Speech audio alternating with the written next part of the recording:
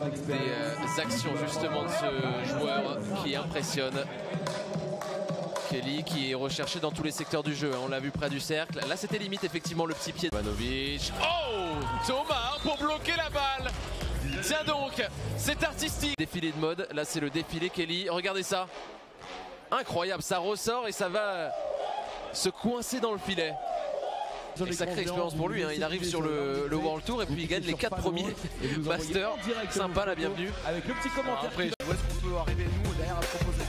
Donc si jamais l'hôtel est proche du site de compétition, là c'est plutôt à côté. On a bien envie de rentrer effectivement à l'hôtel, prendre un petit break, essayer de récupérer, avoir quelques soins avec effectivement les kinés, se reprocher avec une nouvelle vidéo pour pouvoir aborder le match d'après.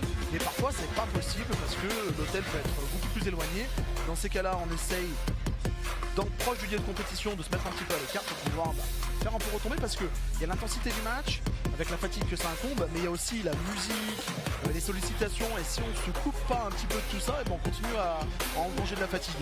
Et il faut savoir effectivement récupérer tous les petits moments là, qui nous permettent de pouvoir faire descendre un petit peu le cardio, s'hydrater pour pouvoir aborder les matchs après dans la meilleure condition possible. Alors qu'on revoit les meilleures actions de cette rencontre, ce tir à un pied, c'était incroyable. On en a vraiment eu dans tous les sens pour cette première rencontre de phase de poule. Sachez que ça ne fait que commencer à Paris, que l'intensité va monter d'un cran et puis l'enjeu aussi petit à petit dans les différentes poules. Alors il y a quelques nations comme ça qui sont toujours hyper bien représentées. Alors les Serbes, ils en trouvent partout dans le monde, c'est incroyable. Ils s'exportent vraiment très facilement et ils sont toujours extrêmement présents sur les compétitions pour pouvoir venir soutenir leurs joueurs.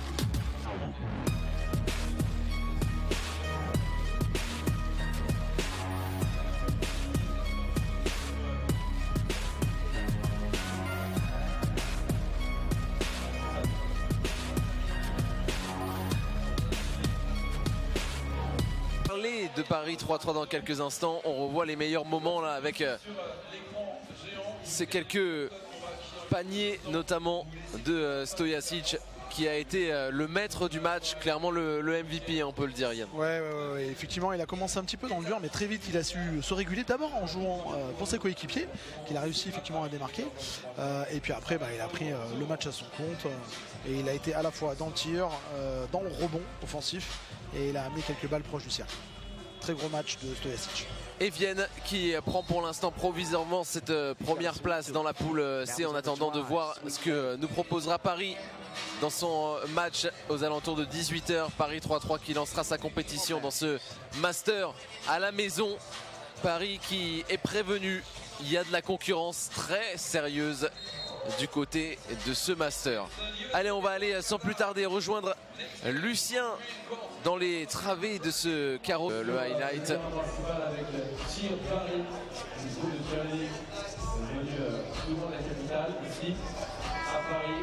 Filles et garçons pour une performance réconfortable de la première journée du FIBA 3-3 Paris Masters 2022, 9e étape de la saison.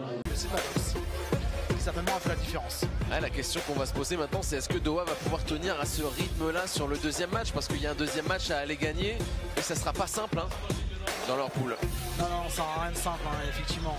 Il y a Jeddah en face. Ouais, enchaîner les matchs avec un temps de récupération réduit face à Jeddah qui va jouer cette équipe aussi gros, parce que les ambitions sont très fortes du côté de Jeddah, qui est une équipe qui est beaucoup plus habituée effectivement au World Tour que ce que peut être Doha.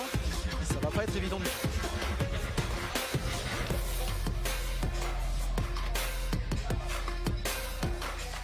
Alors qu'on revoit le tir de Janic à un pied. Janic qui fait un début de match sensationnel. Ouais. Au point. Game avec on recule le camion sur toutes les actions. Exactement. Et ça, les refs sont attentifs. Quel démarrage. J'espère que vous passez un agréable moment en direct sur Sport en France, parce qu'on en a eu dans tous les sens. Si on pouvait revoir ce petit cette canaille de Jong.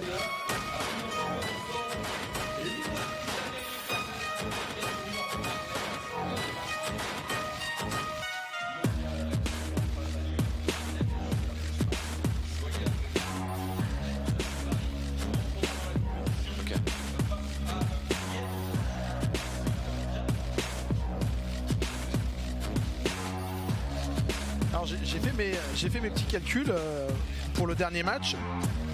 Si jamais on avait une victoire de Danube, il faudrait que ça parte effectivement en prolongation pour que ça puisse faire effectivement un écart significatif et permettre à Danube et Utrecht de passer. Donc Hub tient quand même une forme de ballottage favorable pour le reste de la compétition.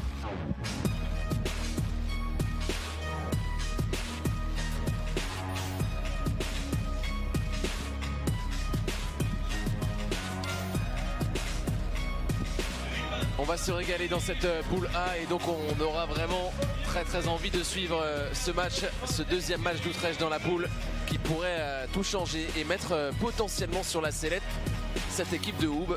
À voir ce que va réaliser Danube. Alors l'hôtel tranquillement avec ses coéquipiers, ils ont été énormes et c'est peut-être celle qui nous fait la plus grosse impression sur l'ensemble des matchs de poule pour l'instant, Liman.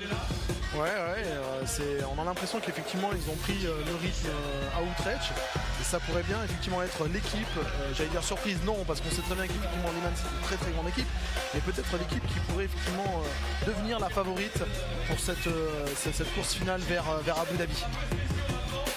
Allez, les quelques highlights de ce deuxième match de Liman et puis on va basculer très rapidement sur le match de Paris. L'ambiance qui va monter, l'ambiance à la française, à la sauce française justement, pour accueillir comme il se doit l'équipe professionnelle de Paris 3-3. Leur deuxième de leur histoire avec Sylvain Sautier, premier à entrer. Le troisième français au ranking mondial, c'est la nouvelle sensation du basket 3-3 tricolore. 24 ans, Paul Djoko. Et puis l'expérience, même si lui aussi est toujours aussi jeune, 25 ans pour Franck Seguela, mais l'envie de croquer à pleines dents cette nouvelle aventure professionnelle comme Alex Vialaret. Il a été énorme en finale avec ses tirs venus de l'espace. Alex Vialaret, Franck Seguela, Paul Djoko et Sylvain Sautier. Oh, le double contre! Le contre Cocorico! Ça peut réveiller, il va falloir se battre. Mais on voit hein, dans les intentions au début, c'était pas ça. Même Paul Djoko qui, à l'accoutumée, nous aurait claqué un grand dunk là, avait le ballon qui lui échappait un peu, ce tir externe. Et que dire du match de Sylvain Sautier qui a remis tout le monde dans la course. Hein. Sylvain a été extrêmement focus depuis le début du match et puis ses choix sont bons. Hein. Allez, le Strasbourgeois va m'écraser ça, Il a besoin, il contenait toute cette rage qu'il a en lui. Regardez ça, il inspire Diggs et vient croquer du métier et ce match l'a prouvé. On est tombé contre plus fort, mais est-ce que ces décisions arbitrales n'ont pas joué dans le mauvais sens aussi pour Paris 3-3 au moment où ça revenait? Alors ce qui est sûr, c'est que les coups de sifflet qui tombent dans un sens ou dans l'autre peuvent effectivement, étant donné la configuration du match, 10 minutes, 21 points, ça va très vite. Donc un coup de sifflet peut parfois effectivement changer la configuration du match. Il faudrait quand même revoir les images un peu au calme pour être sûr effectivement de ce qui s'y passe réellement.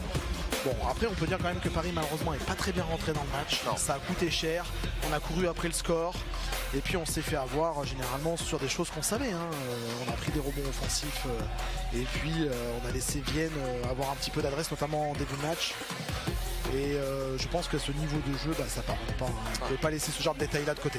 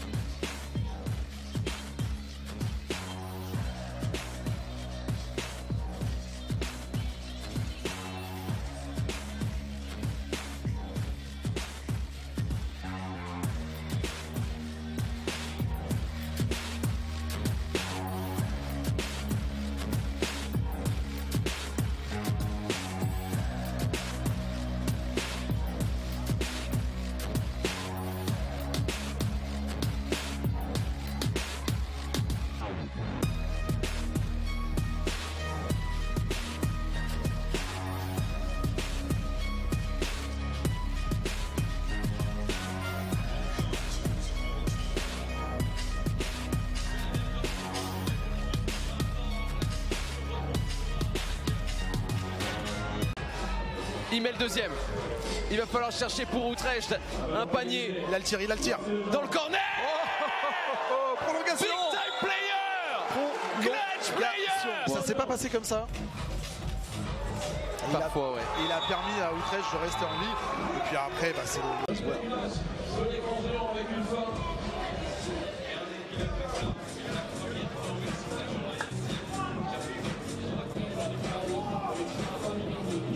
Donc la possession pour Worthy de Jong, le joli mot de la main droite. La jolie combinaison.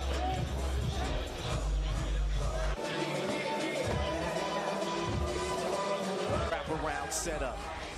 Vanderlist.